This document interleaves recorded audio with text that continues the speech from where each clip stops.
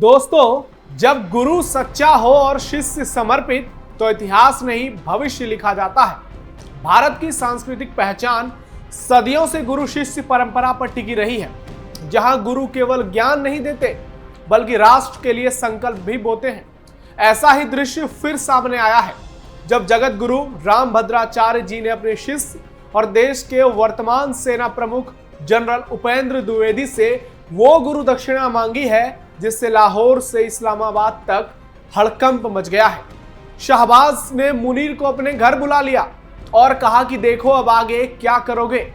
दुश्मन के खेमे में कपकपी इसलिए उठ गई है क्योंकि ये कोई साधारण आशीर्वाद नहीं है, यह एक सच्चे गुरु की आवाज है जो कह रही है अब अधूरा नहीं रहेगा विभाजन का हिसाब।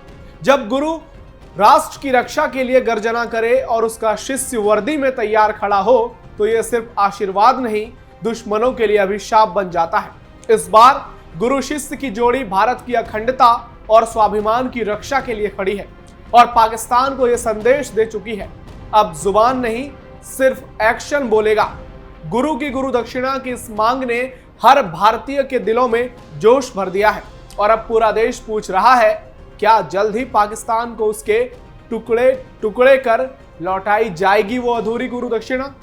क्या आने वाले वक्त में पीओके हमारा होगा। नमस्कार, कैपिटल टीवी उत्तर प्रदेश के खास शो थर्ड आई में आपका स्वागत है और आज की हमारी ये वीडियो बहुत शानदार होने वाली है। हमारे थर्ड आई को देखकर पाकिस्तान खून के आंसू रोने वाला है। जगत गुरु रामभद्राचार्य से सेना प्रमुख की खास मुलाकात।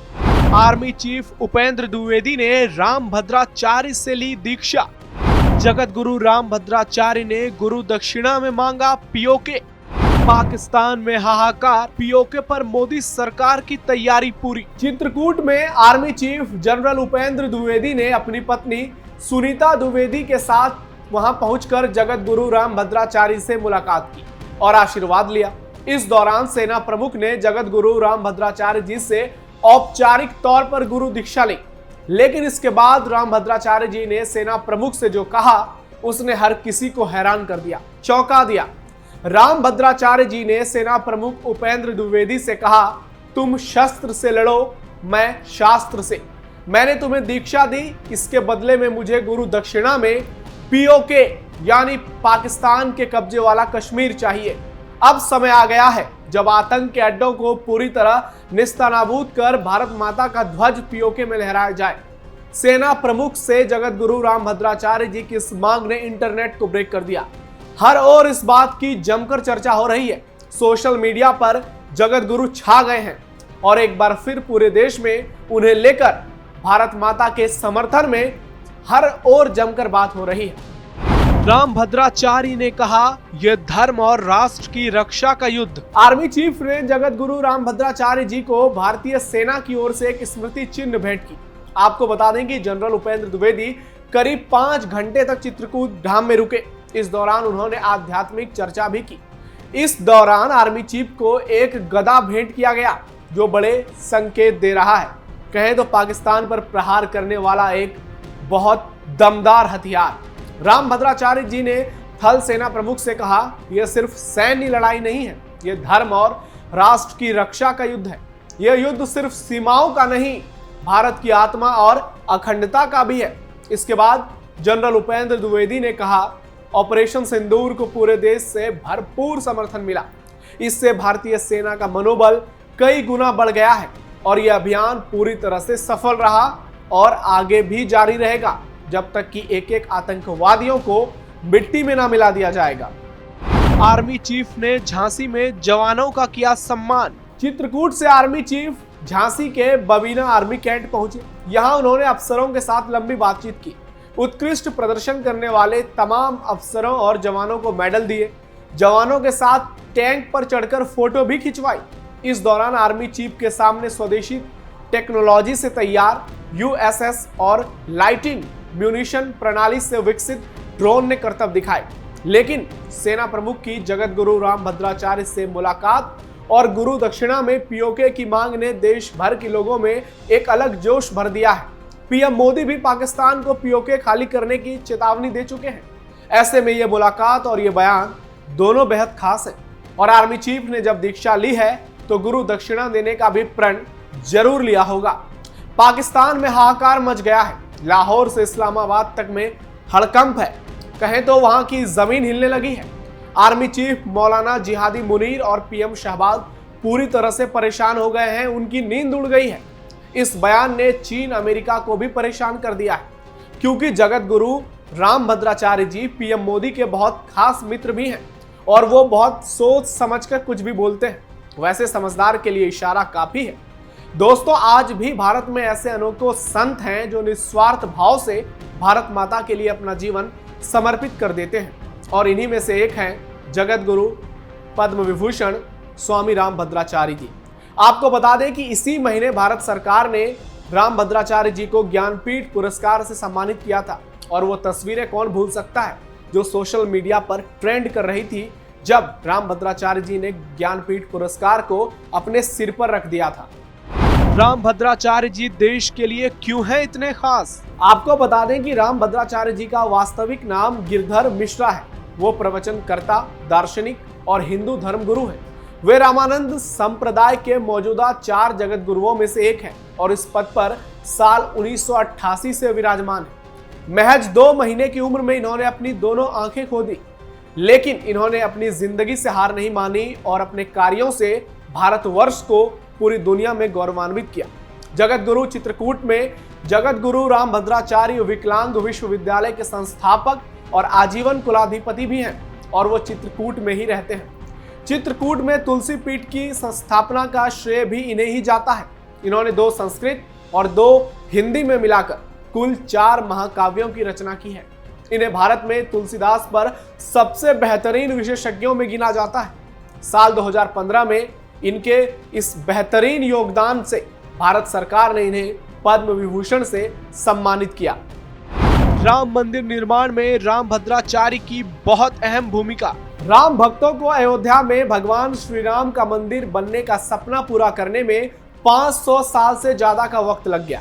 मंदिर निर्माण की यात्रा में खून खराबा और लंबी कानूनी लड़ाई देखने को मिली, जो 9 नवंबर 2019 को तब समाप्त हुई जब भारत के सर्वोच्च न्यायालय यानी सुप्रीम कोर्ट ने हिंदुओं के पक्ष में फैसला सुनाया।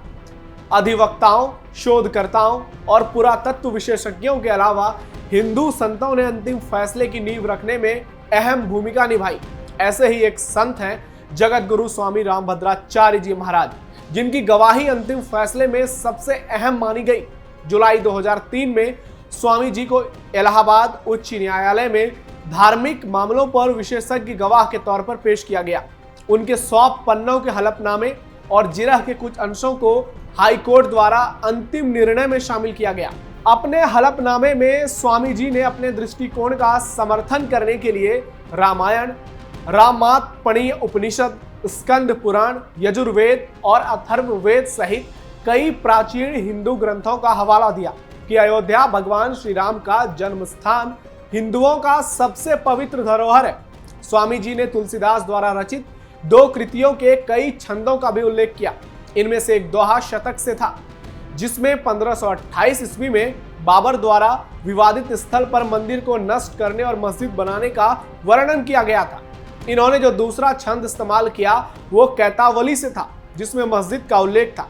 हाई कोर्ट में जिरह के दौरान स्वामी जी ने रामानंद संप्रदाय के इतिहास, उसके मठों, महंतों से संबंधित नियमों, अखाड़ों के गठन और कामकाज और तुलसीदास की रचनाओं का विस्तृत विवरण दिया। इसके अलावा उन्होंने उन दावों का भी खंडन किया कि मूल मंदिर विवादित क्षेत्र के उत्तर की ओर था, जिसका तर्क मुस्लिम पक्ष ने दिया था। उन्होंने स्कंद पुराण के अयोध्या महात्म्य खंड का हवाला दिया, जिसमें मंदिर के सटीक स्थान का उल्लेख किया गया है। रामभद्राचार्य जी ने अपनी गवाही में कहा कि उनके ज्ञान और अध्ययन के मुताबिक विवादित स्थल भगवान श्री राम की जन्मभूमि है और मंदिर यहीं बनना चाहिए।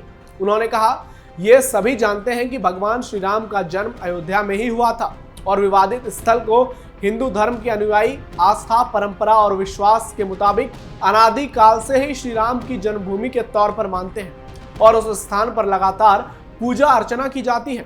वाल्मीकि रामायण, अथर्ववेद, यजुर्वेद राम तमनीयोपनिषद, स्कंद पुराण और तुलसीदास के साहित्य से श्लोकों का हवाला देते हुए स्वामी रामभद्राचार्य ने विस्तार से बताया कि इन धर्म ग्रंथों में भगवान श्री राम के जन्म स्थल का उल्लेख कैसे किया गया है।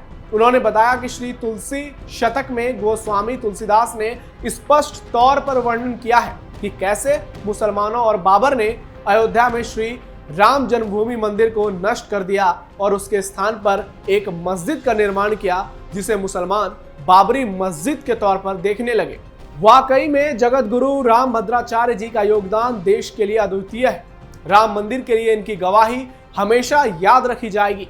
पद्म विभूषण रामभद्राचार्य जी जब महज 2 महीने के थे तो उनके दोनों आंखों ने उनके साथ दगाबाजी कर ली, लेकिन उनके साथ प्रभु श्री राम का आशीर्वाद बना रहा।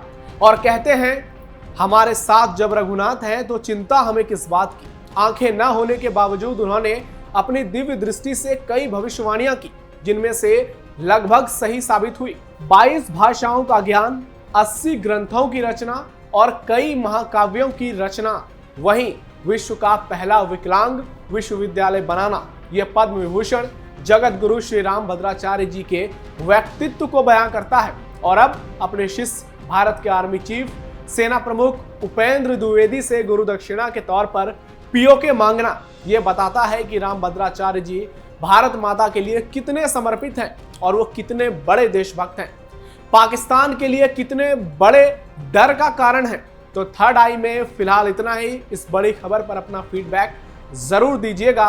आप जुड़े रहिए कैपिटल टीवी उत्तर प्रदेश के साथ। धन्यवाद।